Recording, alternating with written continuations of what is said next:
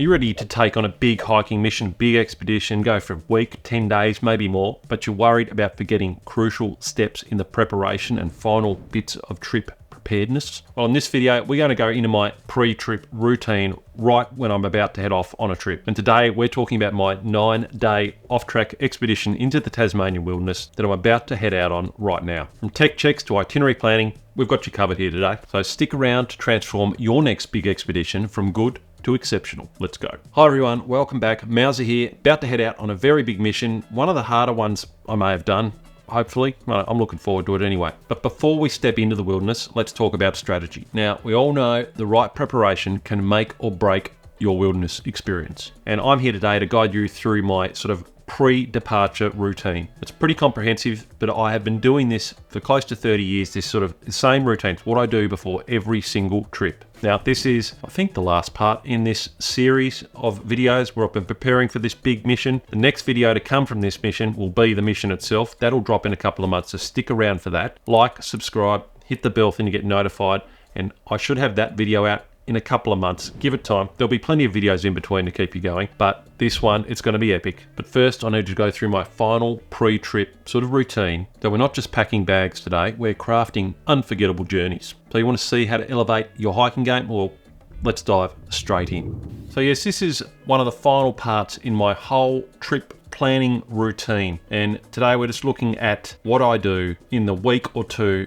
before I go on the trip. I've already organised my food. I've already organised my gear. I've gone through my planning process for coming up with the idea for the hike and getting ready for the hike. But in the week or two before I depart, there is a whole nother process that I go through. So first up, the first thing I am doing is finalising the itinerary. Now, the itinerary isn't just a plan, it is your safety net. So like I have discussed in that previous video, and the links below for that video, as well as my sort of itinerary template that is there for you to download down below. So once I have finalised that itinerary, I download it in a PDF form.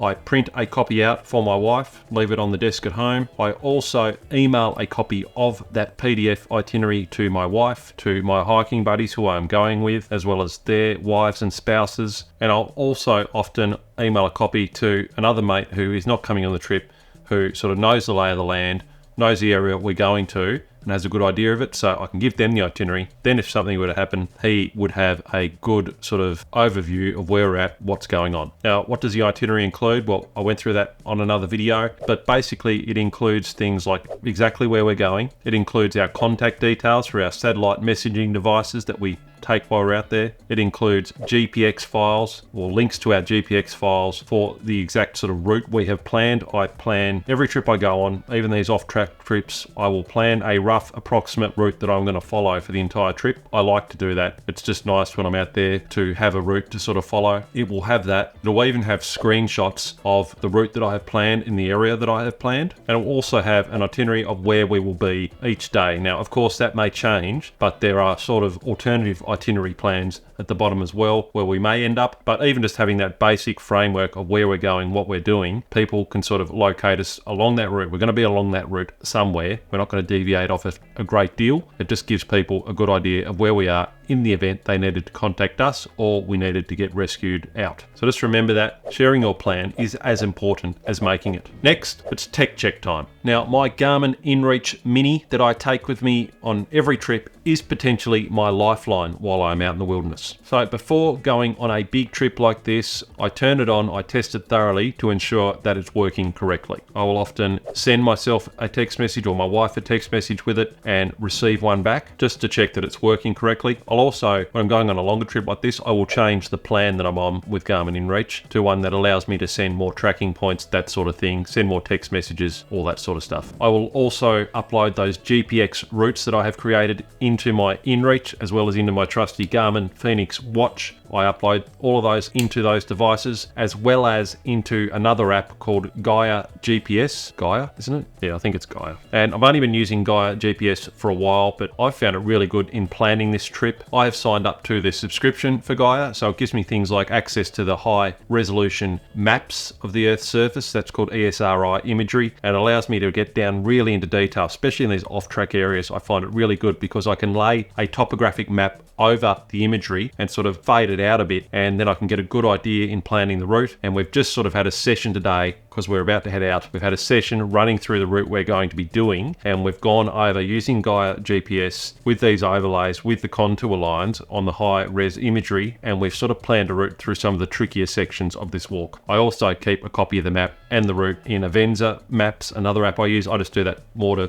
so I can have a play around with it while I'm out there, but they are the general apps and devices I upload to. And just a little pro tip, I guess you'd call it, Mowser pro tip: make sure before you go that you have offline functionality with all these apps and devices. Put it into airplane mode, check that you still have the same functionality on these apps, and you can zoom in, do all that sort of stuff before you head out, because there's nothing worse than getting out there and you've planned all these routes and things in your phone, wanting to be able to look at them when you're out there, and you get there to find that they're not offline and they're not downloaded. And the functionality is there to do that in Gaia, but I digress. We'll go into that on another video. Next up, let's talk about power. Now, a lot of us these days rely on devices that require battery, require power to function. Charging all your devices to 100% power is an absolute must. So I go through my cameras, GoPros, things like that I'm taking out the track with me, and make sure all the batteries are fully charged. And I also make sure I'm sort of carrying enough battery power for them to last me the entire trip. Now, as you do more of these trips, you will sort of figure out what sort of capacities you need in terms of batteries and things. Most people are just taking their mobile phone, something like an iPhone with them, and that's great. You just take a battery bank to charge it on the track. But another pro tip: charge your phone on the way to the trailhead, in the car, in the bus, whatever you're doing, off another battery if you can, off the car if you can, and just gives you that little bit of extra buffer to keep it fully charged before you head out on the track. And on that note, when you get to the track, don't forget to put it into airplane mode so it's not draining the battery unnecessarily. And while we're on the technology side of things,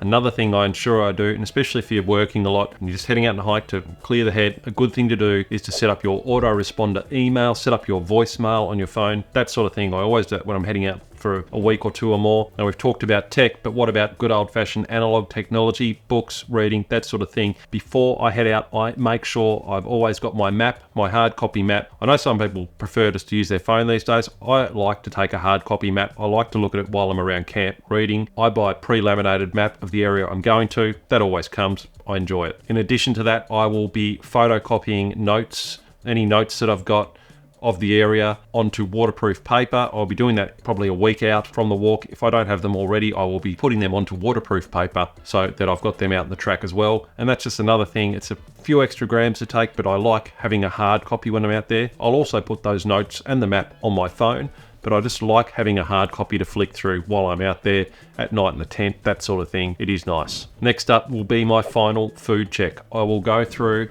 even though I've already prepared my food, I've done all that already, I will just go through probably once more in the 3 or 4 days before I depart and just go through each day's food, ensure that I've got enough there, and also that I don't have too much. And I may even try and eliminate a few things that look unnecessary for the trip, but I'll just go through that with a fine-tooth comb, make sure that I'm happy with the food I've got. Finally, I'm happy with that. I packed that for the last time, and that's ready to go. And on the food note, and this is another Mowser pro tip, if you're leaving the family at home and you're heading out with your mates or by yourself, I will try to find some time to pre-prepare a few home-cooked meals for the family, so they don't have to worry about preparing dinner when they get home at the end of a long day while I'm out on the trail. So, you know, I'll make a double batch of lasagna one night, I'll make something else one night, and it's a nice little thing to do for your family when you're heading out into the wilderness to do something you love. Leave them, the ones you love, with a nice few meals that they can reheat when you're out there. Finally, in the day or two before departure, I will do a final complete gear check, and I'll normally try and do this on a weekday, again just in case I need to duck down to town to get something from a gear shop. I'll know it's open on a weekday.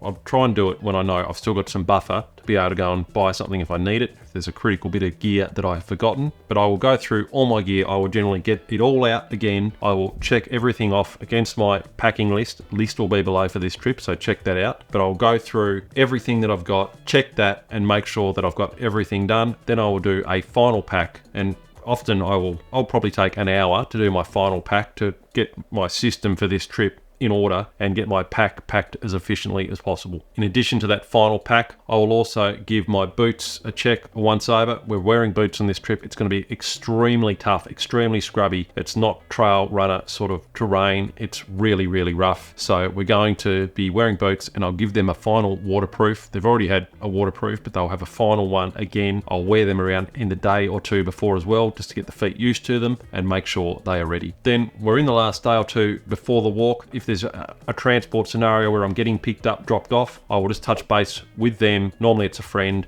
who is dropping me off or picking me up, and just reach out to them, make sure they're all across the itinerary, everything that's happening, so we're all on the same page. Then pretty much the last thing I do is on departure day is I will fill my drink bladder, make sure I've got plenty of water, and I can tip that out if I've got too much, if I think I've got too much at the start, but I'll fill my big bladder up with water. I'll also get my lunch ready for the first day. I love to take a nice fresh bread roll or something like that, and my favorite on the first day is peanut butter and avocado. There's a Mowser tip for you there. Learned that from a guy called Rich Roll, who I'm a big fan of, but they are fantastic for a bit of energy on the first day. 2 avocado and peanut butter rolls.